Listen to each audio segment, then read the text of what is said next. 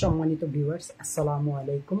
প্রতিদিনের মতো আজকে আবারও আমি আপনাদের সামনে চলে আসলাম। আপনারা জানেন কি বিষয়টা নিয়ে কথা বলতে আসছি। সো যে বিষয়টা নিয়ে আমি আজকে কথা বলবো, আপনারা অবশ্যই এই বিষয়টা যদি আমার সাথে একমত হন, আপনারা কমেন্টস করবেন, মানুষের দেখার সুযোগ করে দিবেন এবং মানুষকে জানার সুযোগ করে দিবেন এবং আপনারা এইটার পক্ষে এটা জানাবেন এবং ভিডিওটা শেয়ার করবেন। সো যেটা আজকে আমি বলতে চাইতেছি, আপনারা জানেন আমাদের বাংলাদেশ এয়ারপোর্টে প্রবাসীদের জন্য চালু হয়েছে প্রবাসী লাউঞ্জ। সো আমি মনে করি আসলে প্রবাসী যে লাউঞ্জ, এটা কিন্তু আমাদের জন্য ইম্পর্টেন্ট না। কেননা ইম্পর্টেন্ট না, আপনারা দেখেন একটা জিনিস, এখানে আমরা জাস্ট একটু বসলাম এবং কিছু খাবার কিনে খেলাম, কম টাকায় পেলাম, এরকম একটা সুবিধা আমাদের জন্য চালু করছে আর কি, রেস্ট করার জন্য একটা সুবিধা চালু করছে। কিন্তু আসলে আমরা যেটা চাই, আমরা প্রবাসীরা আসলে কি চাই, এটা আমাদের গভর্নমেন্টকে বুঝতে হবে।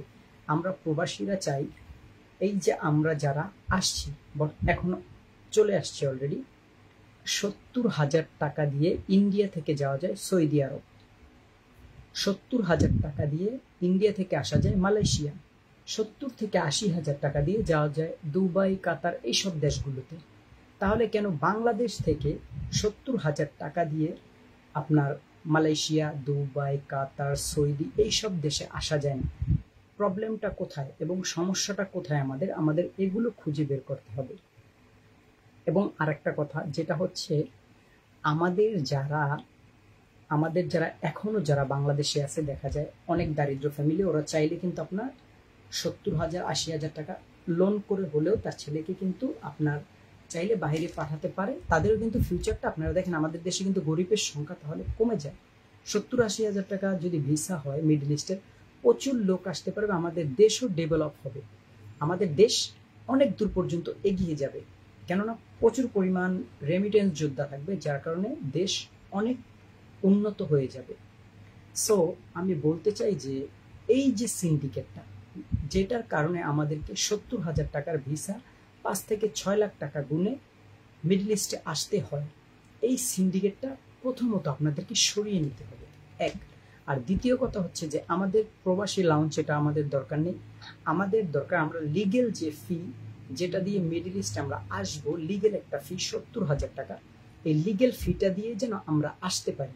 এবং যারা এখনো বাংলাদেশে বসে আছে, বিভিন্ন দালাল বলেন যাদের কাছে টাকা দিয়ে রাখছে আসার জন্য, মালয়েশিয়া, সৌদি, তারপর আপনার কাতার, দুবাই, যেখানেই, আমি মনে করি যে এই জিনিসগুলো আপনারা আগে দেখেন, যাতে ওই ভাইয়েরাও, মানে যারা টাকা জমা দিয়ে রাখছে, তারাও যেন আপনার আসতে পারে। 70,000 টাকা যে ফিটা, ওইটা দিয়ে যেন তারা আসতে পারে, তাদেরকে যেন ঠকতে না হয়। এবং যারা ছোট ফ্যামিলি আছে, দারিদ্র ফ্যামিলি, দেখেন অনেকেরই একটা স্বপ্ন থাকে তার ছেলে বিদেশ থাকবে, বিদেশ থেকে টাকা ইনকাম করবে। দেখা যায় আমাদের দেশে ওইরকম একটা পরিস্থিতি নেই যে শিক্ষিত মানুষ যারা আছে তারাই কিন্তু আপনার চাকরি পায় না। মূর্খ মানুষ তারা কি করবে? তারা যদি বিদেশে এসে কনস্ট্রাকশনের কাজ করে, তারা কিন্তু 1 লক্ষ টাকা ইনকাম করতে পারবে।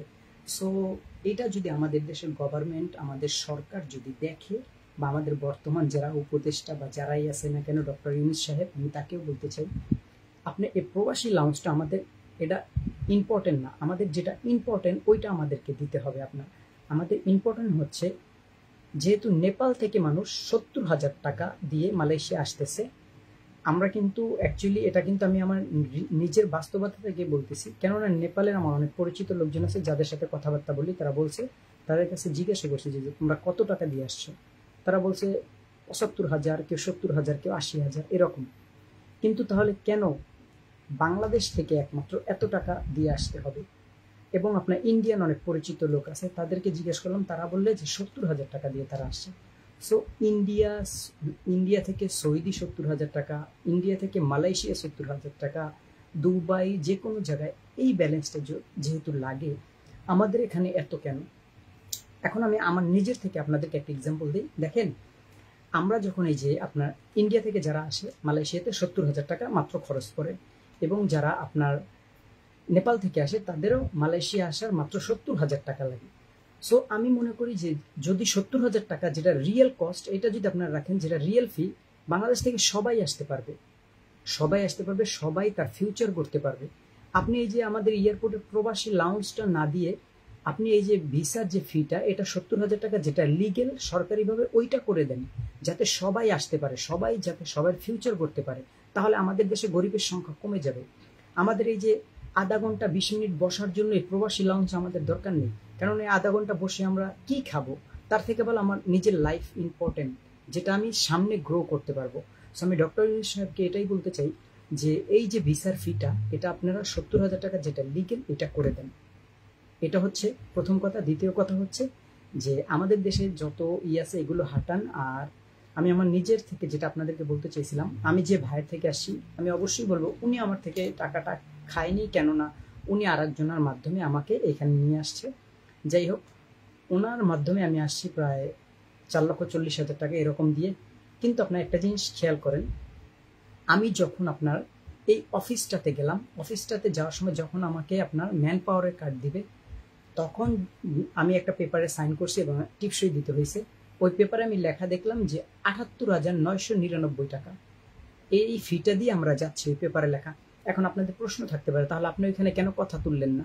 আপনি একটা কথা চিন্তা করে দেখেন, তখন আমাদের দেশে এমন একটা সিচুয়েশন ছিল। সো আমি আসছি আপনার 2023 সালের কলিংয়ে, এমন একটা সিচুয়েশন ছিল, আমি যদি তখন আমার ভিসা প্রসেসিং সবকিছু হয়ে গেছে, এখন আমি যদি এই বিষয়টি নিয়ে কথা বলি, তাহলে কিন্তু ওইখানে দেখা যায় যে আমি একটা প্রবলেম ফেস করতে পারি। এই 78,999 টাকার কাগজে আমরা সিগনেচার দিয়ে আমরা মালয়েশিয়া চলে আসছি। কিন্তু আমাদের এই যে দালাল চক্র যারা আছে, এই দালালরা কিন্তু মূলত আমাদের ভিতরের, আপনারা বললে ভুল হবে, এটা কিন্তু প্রবাসী কল্যাণ থেকে শুরু হয়। প্রবাসী কল্যাণ থেকে শুরু হয়, ওইখান থেকে শুরু হয়ে সব জায়গায় এটা ছড়ায়। সো আমি রিকোয়েস্ট করবো এইটাই, প্রবাসী লঞ্চ আমাদের দরকার নেই এয়ারপোর্টে।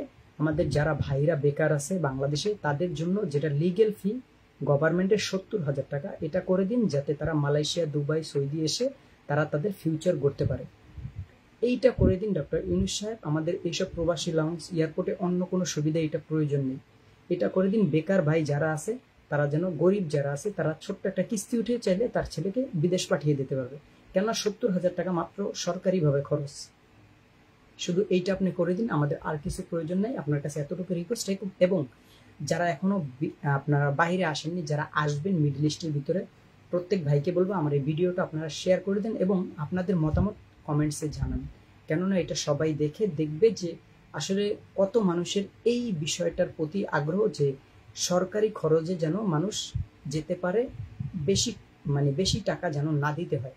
সো সবাই আমার এই ভিডিওটা শেয়ার করে দিবেন। আমি মনে করি আপনাদের শেয়ারের মাধ্যমে এটা যদি ডক্টর ইউনূস পর্যন্ত পৌঁছায়, এবং আপনারা যারা এখন পর্যন্ত বিদেশে আসেননি, মিডল ইস্টে যারা এখনো ভাবতেছেন যে আসবেন, তারা 70,000 টাকা, আমি বলি আপনারা সবাই আমার এই ভিডিওটা শেয়ার করবেন, প্লাস কমেন্টস করবেন, যেটা সরকারি ফি ওইটা দিয়ে যেন আপনারা আসতে পারেন।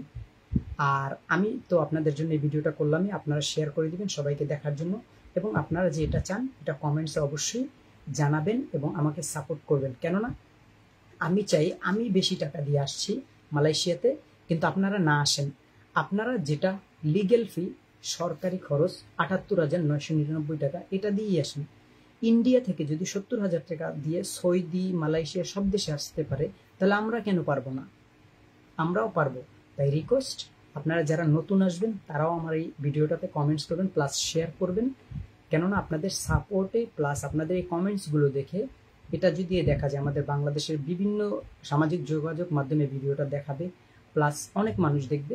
আপনাদের সাপোর্টে এই ভিডিওটা যদি ডক্টর ইউনূস পর্যন্ত পৌঁছায়, তাহলে অবশ্যই এটা নিয়ে আপনারাও প্রতিবাদ তুলবেন এবং প্রত্যেকে প্রতিবাদ তুলবেন। কেননা 70,000 টাকা যেটা সরকারি, ওইটা দিয়ে আমরা আসবো।